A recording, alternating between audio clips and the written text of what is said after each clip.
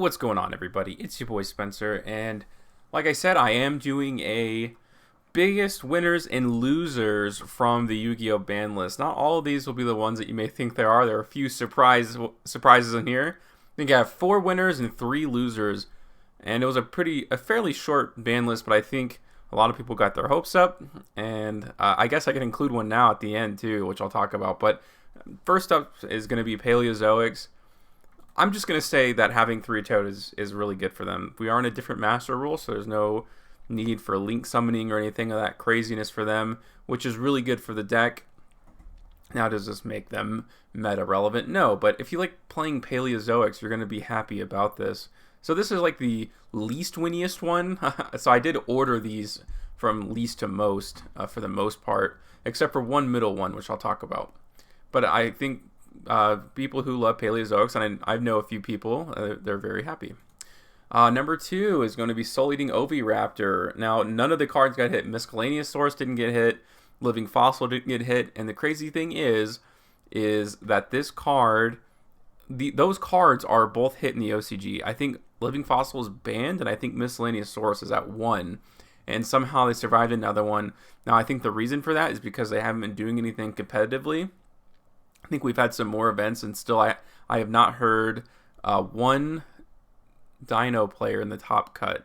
If I'm wrong with that, please let me know. I love looking at the results of tournaments. I find them extremely fascinating. So if you guys know about it, let me know and I'll go check it out. But I just haven't seen it, so that I'm going to guess that's the reason. Which also brings me into the next one. Another winner of this would be Eldlich. No consistency hits in Eldlich. I think there is one in the OCG now. I may do a review of the OCG ban list too. I mean, guess why not? But it hasn't been doing anything too much as of right now, so I think it's going to sit there.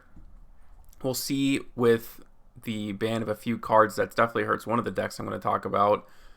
If it can kind of take that place, although that other deck really wasn't doing anything either because it's been dominated by, leading me into the next one here, Virtual World.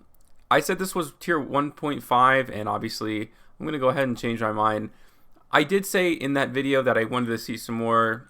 I wanted to see the deck develop. So what I'm going to end up doing is tomorrow I'm going to be releasing a step-by-step combo tutorial for Virtual Worlds. Eventually I'll do a deck profile and a gameplay video just because it's so popular. I had a little bit of testing with it, but that was like when they first were announced. I kind of made up the deck myself.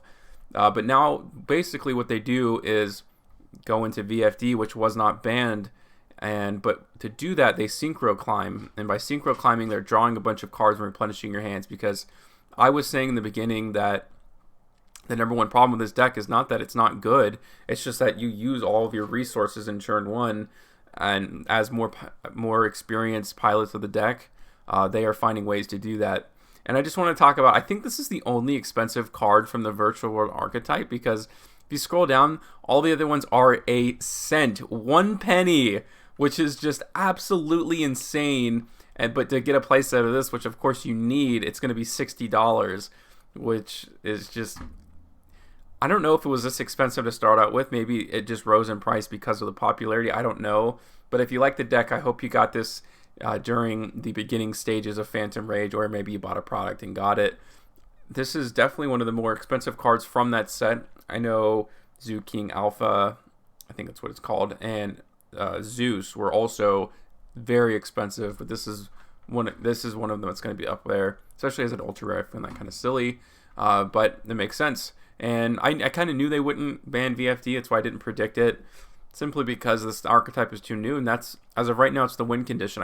I do predict there's going to be some more support cards. They'll have a new boss monster. They do have one that's a walking dimension shifter or something. I think any card from the hand or field sent to the graveyard. So it's not a macrocosms to the full extent, but it's something close to that.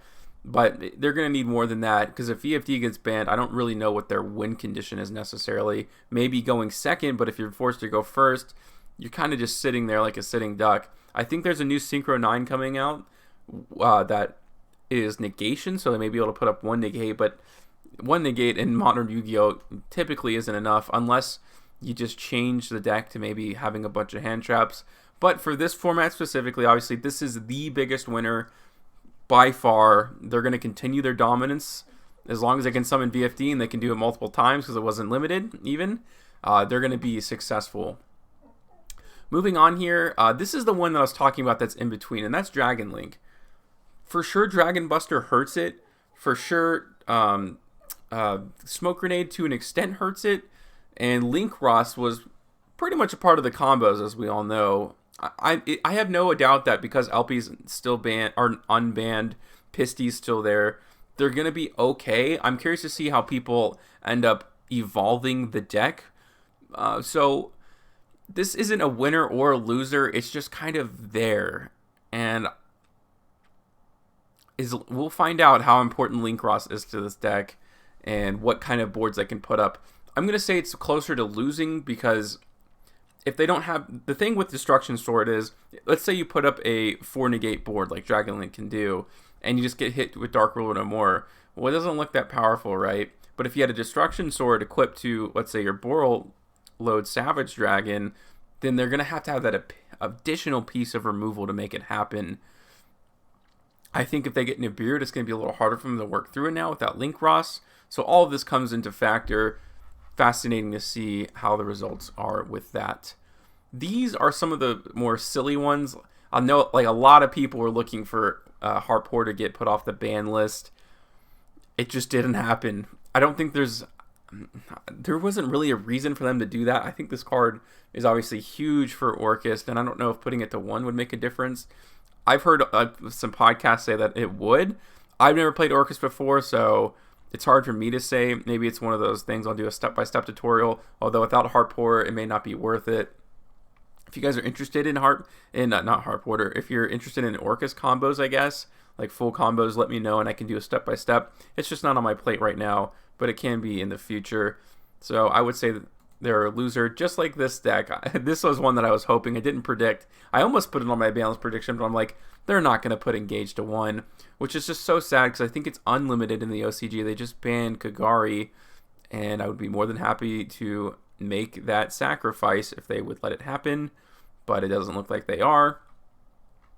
So, yes, this is a definite loser because I like the Numeron stuff, but I think that it could be an actual serious deck if Engage comes back, Numeron Sky Striker. But for now, it's just going to be kind of that silly rogue tier type of deck that everyone loves to play because people are still playing Sky Strikers. It's still fairly represented when it comes to pie charts at these events. And now I'm sure you've kind of heard me talk about it secondhand. The biggest loser from the December 2020 ban list is Infernoble Knights. I don't think the deck is dead, but it's not tier 1 until I see something different. I'm sure there's going to be a ton of people who said, oh, they're just going to do this, this, and this. But not having the ability to rip a card out of your opponent's hand every single turn, not being able to see what they have, a Nibiru probably hurts you a little bit. Not having Link Ross can't be good. They didn't use Destruction Sword, but those two were pretty vital to the combos that I know of. If there's some updated ones that I feel do change things and make it back to where it was, I will let you know. I would definitely do a step-by-step for that. But other than that, do Infernobles use Charles anymore? I don't know. I don't think so. There's got to be an extra slot there that they can use for like an additional piece of negation or something. Let me know if you guys play Infernoble Knights and what your plans are and everything like that. But that's just a little short video of who I thought benefited the most from this ban list, who I think was hurt the most. If you guys have a different opinion, I'd love to hear it. Other than that, guys, that's going to do it for today, and I hope you have an absolutely wonderful night.